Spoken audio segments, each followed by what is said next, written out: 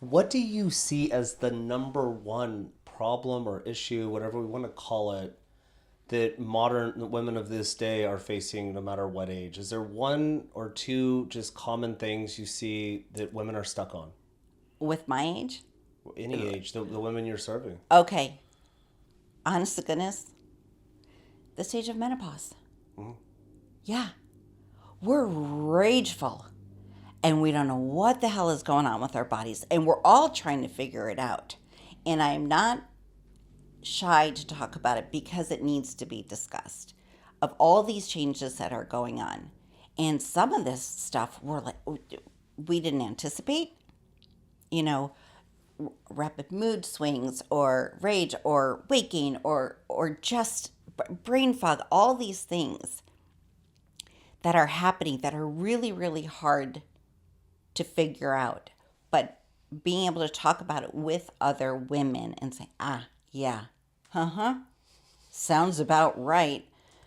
I It's want to. is this affecting their relationship with themselves and the ones that are close to them that they love, their husbands or children or That's okay. Go. You seem like you know the answer. Ho, where is my husband? Where is he? He'd be a great person to ask. Yeah, he's like, I don't even know who you are. I'm like, cool, me neither.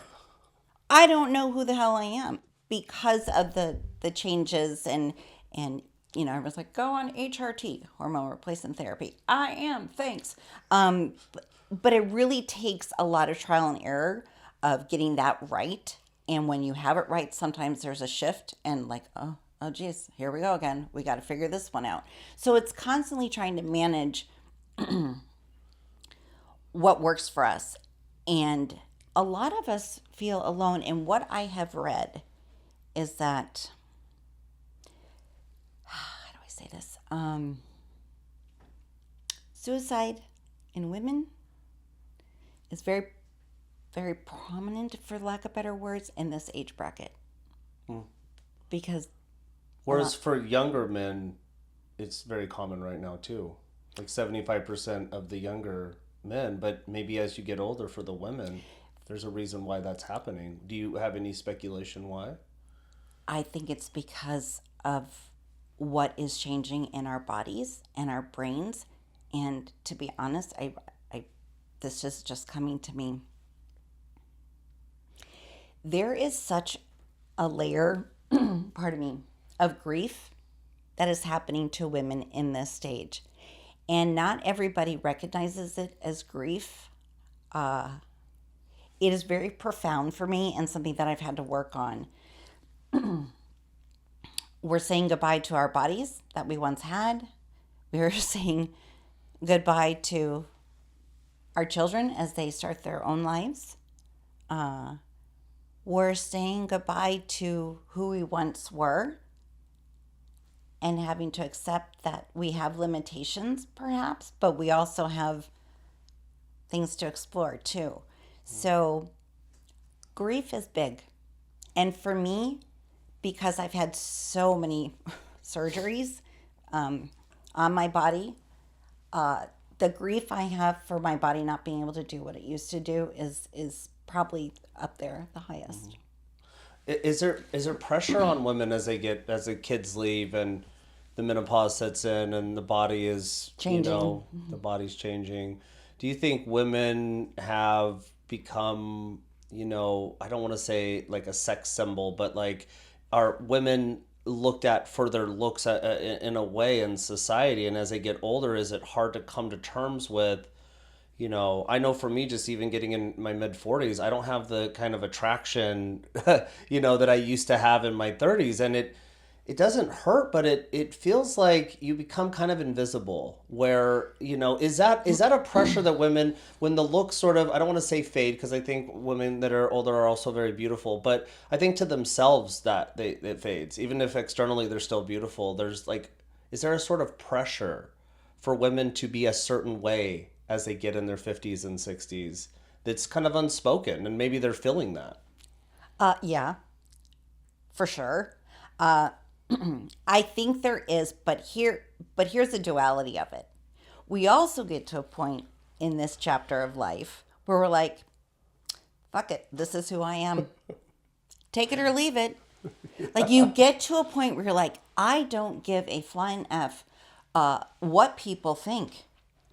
And then there's also the side that's like, I don't really like what I see.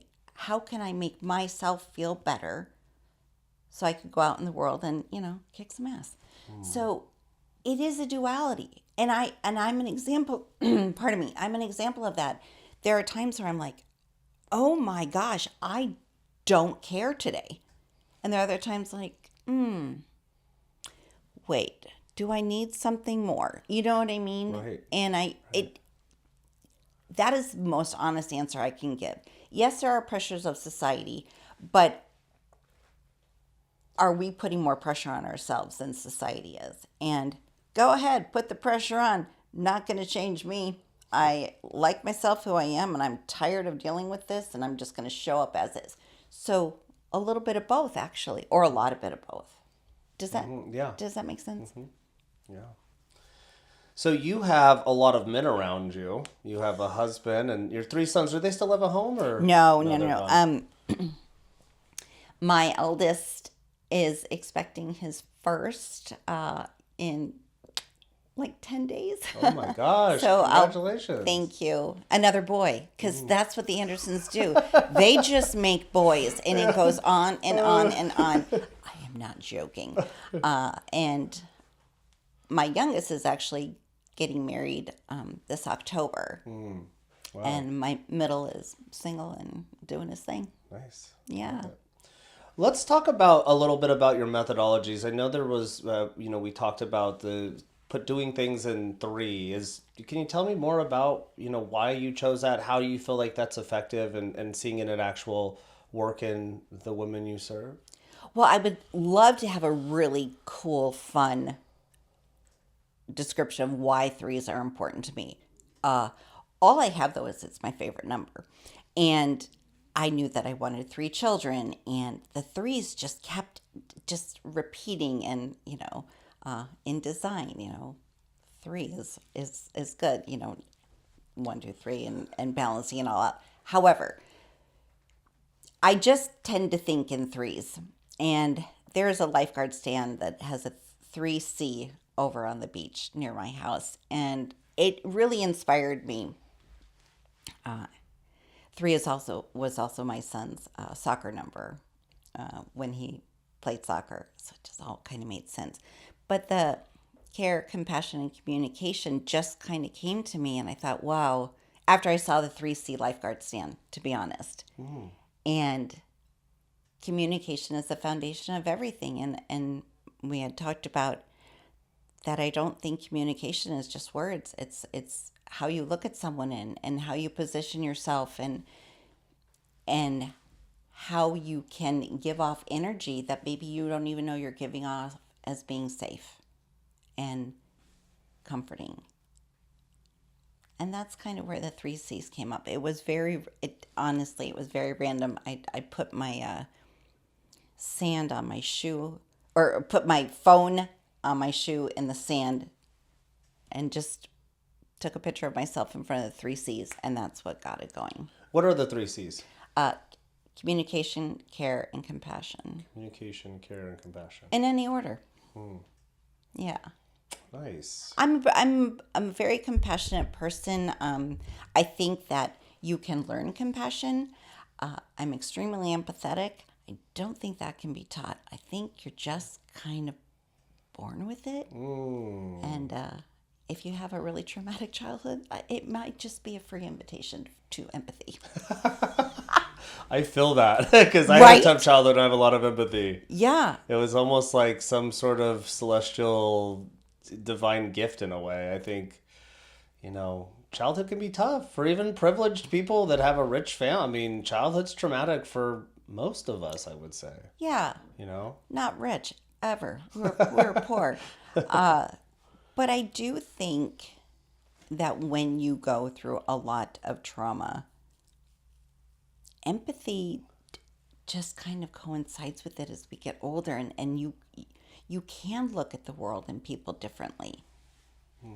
And after I got sober, I did see everything differently, relationships differently, people differently, um, people, places, and things. And with all the work that I've done with my therapist and having this clarity, my ability to communicate has never been terrible. It's just gotten enhanced, and I think it's a gift. It's also a burden sometimes to have empathy, because if we don't know how to balance taking on other people's energies and feelings and needs and wants, we can feel very heavy with that. And how do you hear a lot of trauma? I do. And how do you exhaust that? Like, what do you do when you hear about abuse and it just stings your heart a little bit, and you feel for this person, and you know that there's hope for them, but you know that this is a tough situation. Do you deal with that a lot? I do. So, in all honesty, some days are easier than others. I talk to my therapist a lot. Been working with her for 7.5 years straight, and I ask her the same thing. I said, "How do you do this? How do you do this all day? Yeah. You're a like how?" And she said, "It takes practice, and you learn." And to be honest, some days I'm like, "Okay, I can hold space for this person. This story breaks my heart." And then I've got to rally. And some days I, I I isolate because I need to find time to recharge, and in a healthy way.